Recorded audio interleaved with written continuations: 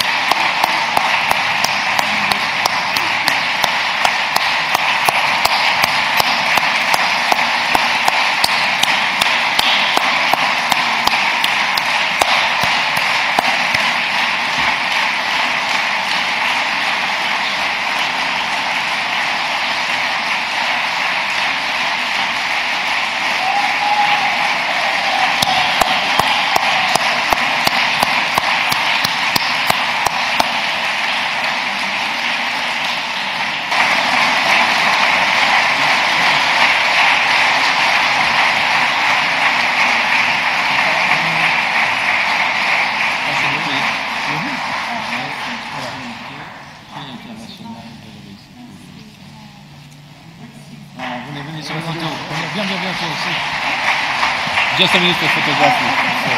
Quand même. Voilà, bien. Ok, viens là, viens là.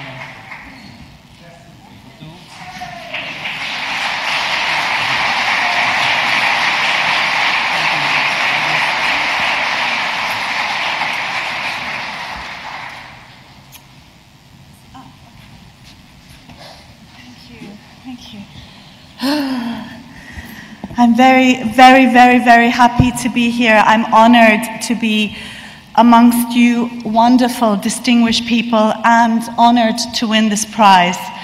I'm so happy to have my friends here. My son is here, my husband, and to have the support of my parents who are Muslims. We live in an age where totalitarianism is masked as divine righteousness. Theocrats are legitimized, dissent is vilified, and victims are blamed for their own murder. This is a time when solidarity is no longer an act of defending revolutionaries but fascists, where there is always support for Islamist projects like Sharia courts, the burqa, gender segregation, apostasy and blasphemy laws, whether de facto or de jure, but never for those who refuse to be silenced, erased, and disappeared. It's a time when progressive all too often means protecting regressive identity politics, which homogenizes entire communities and societies and deems theocrats as the sole legitimate arbiters and gatekeepers of community values.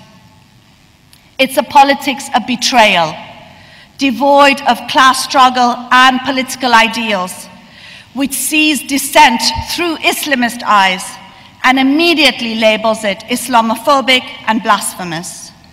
We are called aggressive apostates, fundamentalist secularists, native informants, inflammatory.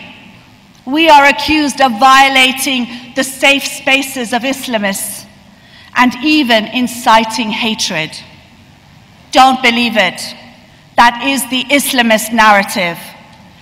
In the world today, it is we who are being slaughtered, not the other way around.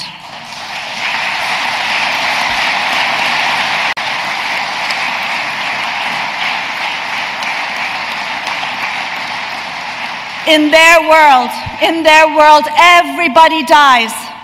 Yet we are accused of being offensive, as if cartoons and apostasy are worse than murder.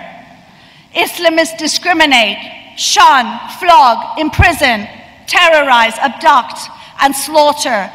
But somehow it is always the victim whose provocation is to blame, whether it's Charlie Hebdo or Avijit Roy in Bangladesh.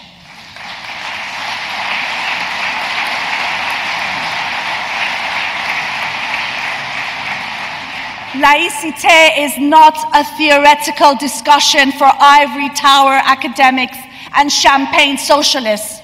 It is a matter of life and death for many of us.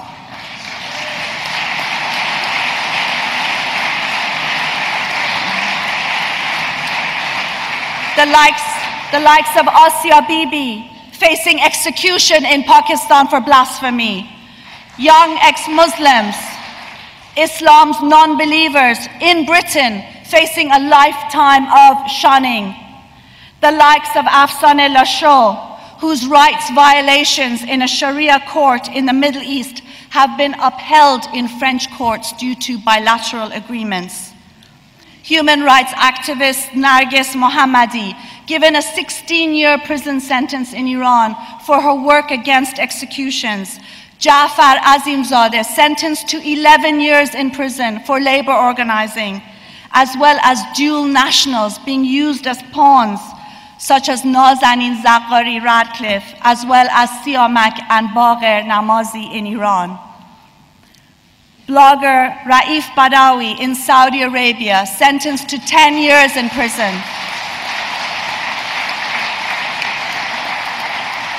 10 years in prison and 1,000 lashes for writing about religion and politics, and on and on and on. Secularism is the solution, is a graffiti that Raif Badawi saw scrawled on a Saudi prison lavatory door. Yet we are told that secularism is a neo-colonialist demand by so-called anti-colonialists whose worldview always coincides with the ruling elite, including in the former colonies, and never with dissenters.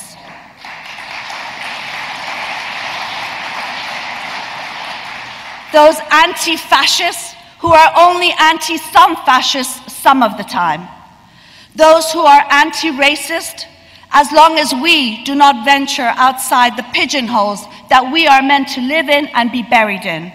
If we dissent, though, they are at the forefront of insisting on racist cultural relativism and different rights for different people. The so-called progressives who condemn us to living lives within the confines of Islam whilst the sky has no limits for them.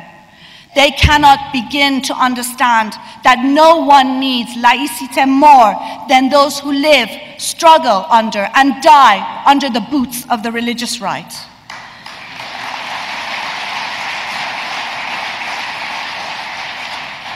And this includes the innumerable voting with their very feet and dying as we speak to seek refuge in secular societies, including the women, men, and children of Calais, who deserve the basic human right to asylum and protection, not vilification and criminalization. And it includes believers. The right to religion must have a corresponding right to be free from religion if it is going to have any meaning.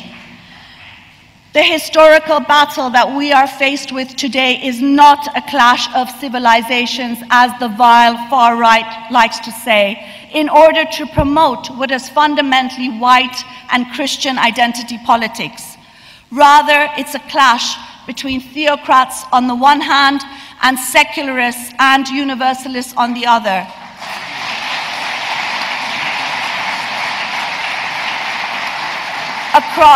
Across real and imagined borders and boundaries, and including many Muslims and migrants. Secularism is not French, it's not Western, it's not Eastern, it's universal.